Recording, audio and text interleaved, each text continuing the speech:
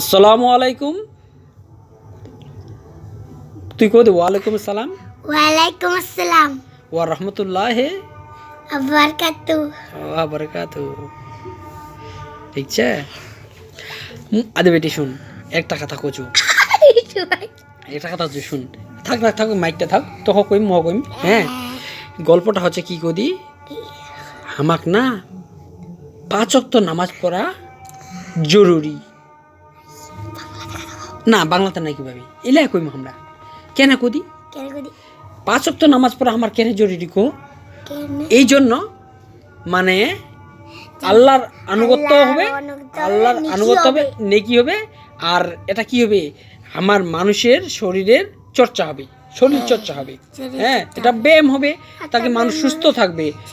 এই কি হয় কদি এই যে আমরা দিয়ে কি করি কদি আমরা যখন নামাজ পড়ি না যেগুলো মাস্তাটা সিজদাটা দিই হ্যাঁ তখন কি কই করি সুবহান রাব্বি আল আলা সুবহান রাব্বি আল আলা হ্যাঁ এই 3 বার কই আল্লাহকে এতে কি হবে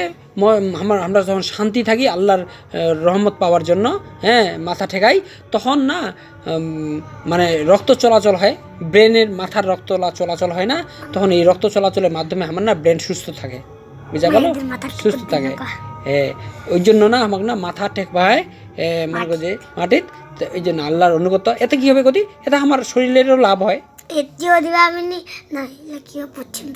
হ্যাঁ এ আমার শরীরেরও লাভ হয় হ্যাঁ এবং আল্লাহর আনুগত্য হয় তা আমার শরীরের যে কোনো উপকারেই হ্যাঁ মানে এইটা মনে করি উপকার এটা ভালো এবং আমার শরীরের যে কোনো ক্ষতি এটা খারাপ এবং কি এটা হারাম নাকি যেমন শরীরের মদ খাওয়া সিগারেট হ্যাঁ এগুলা যে খায় না নাই এগুলা একটা শরীরের ক্ষতি তো এটা হারাম কই না তারপর এগুলা জিনিস না আমাকে বুঝবা হবে তো ঠিক আছে।